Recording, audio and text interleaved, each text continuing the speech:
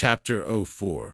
In the narrow and untidy passage of the lodge, which I entered with an involuntary tremor in all my limbs, I was met by an old grey-headed servant with a dark copper-colored face, surly little pig's eyes, and such deep furrows on his forehead and temples as I had never beheld in my life.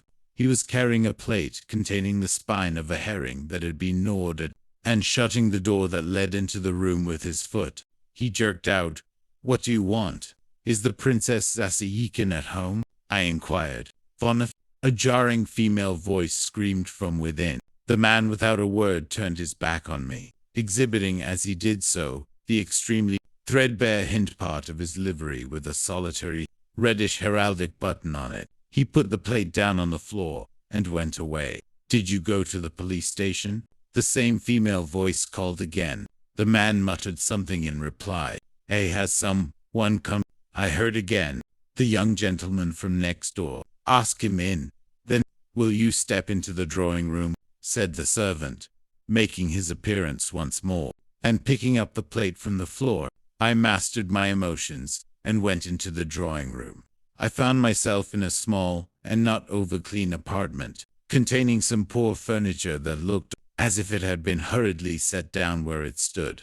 At the window, in an easy chair with a broken arm, was sitting a woman of 50, bareheaded and ugly, in an old green dress, and a striped worsted wrap about her neck. Her small black eyes fixed me like pins. I went up to her and bowed. "I have the honor of addressing the Princess Zasyekina." "I am the Princess Zasyekina, and you are the son of Mr. V." "Yes. I have come to you with a message from my mother." "Sit down, please." "Fornafati, where are my keys? Have you seen them?" "I communicated to Madame Zasyekina," my mother's reply to her note. She heard me out, drumming with her fat red fingers on the window pane, and when I had finished, she stared at me once more. "Very good. I'll be sure to come," she observed at last. "But how young you are. How old are you, may I ask?" 16, I replied, with an involuntary stammer. The princess drew out of her pocket some greasy papers covered with writing, raised them right up to her nose, and began looking through them. "A good age," she ejaculated suddenly, turning round restlessly on her chair. "And do you? Pray, make yourself at home. I don't stand on ceremony." "No, indeed," I thought, scanning her unprepossessing person with a disgust I could not restrain.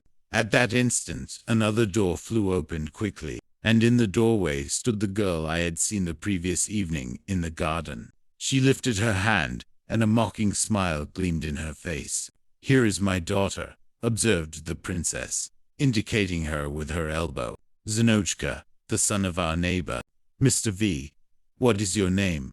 Allow me to ask." "Vladimir," I answered, getting up and stuttering in my excitement.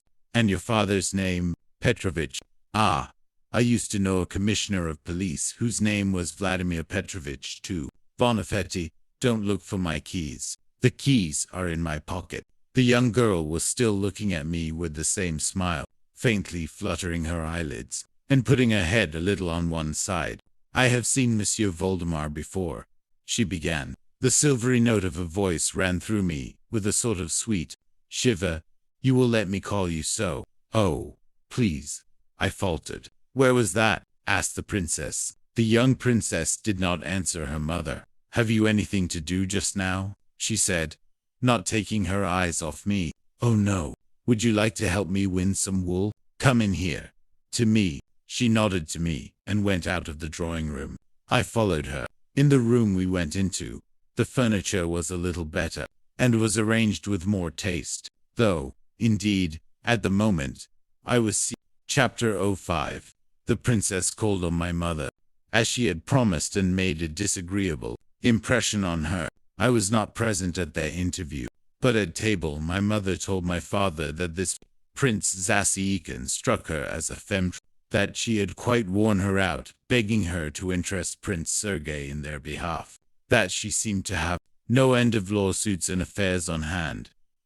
Villain's affairs d'argent, and must be a very troublesome and litigious person, my mother added, however, that she had asked her and her daughter to dinner. The next day, hearing the word daughter, I buried my nose in my plate, for, after all, she was a neighbor and a person of title. Upon this, my father informed my mother that he remembered now who this lady was, that he had in his youth known the deceased Prince Zasyekina, a very well-bred, but frivolous and absurd person, that he had been nicknamed in society La Parisienne, from having lived a long while in Paris, that he had been very rich, but had gambled away all his property, and for some unknown reason, probably for money, though indeed he might have chosen better. If so, my father added with a cold smile, he had married the daughter of an agent, and after his marriage had entered upon speculations, and ruined himself utterly. If only she doesn't try to borrow money, observed my mother. That's exceedingly possible, my father responded tranquilly. Does she speak French? Very badly. It's of no consequence, anyway. I think you said you had asked the daughter to. Someone was telling me she was a very charming and cultivated girl. Ah, then she can't take after her mother, nor her father either, rejoined my father. He was cultivated indeed, but a fool. My mother sighed and sank into thought. My father said no more.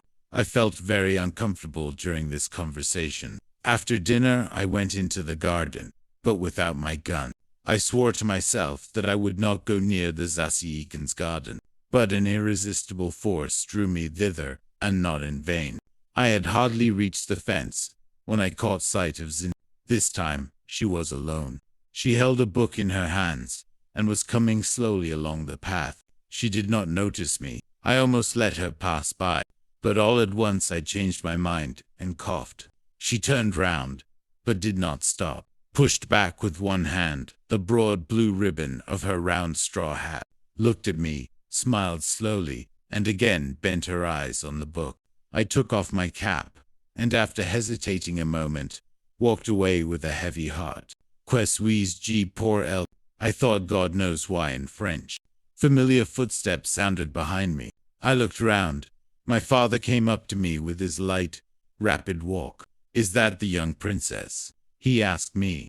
Yes. Why? Do you know her? I saw her this morning at the princess's.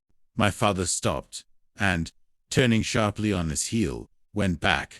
When he was on a level with Zenada, he made her a courteous bow. She too bowed to him, with some astonishment on her face, and dropped her book. I saw how she looked after him.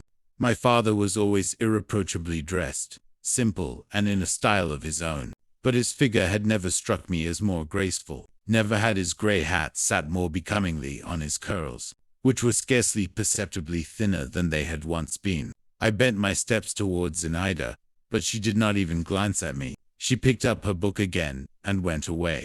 This is just the beginning. The next part of the story is full of twists and secrets that will amaze you. Tomorrow, we'll upload the next episode.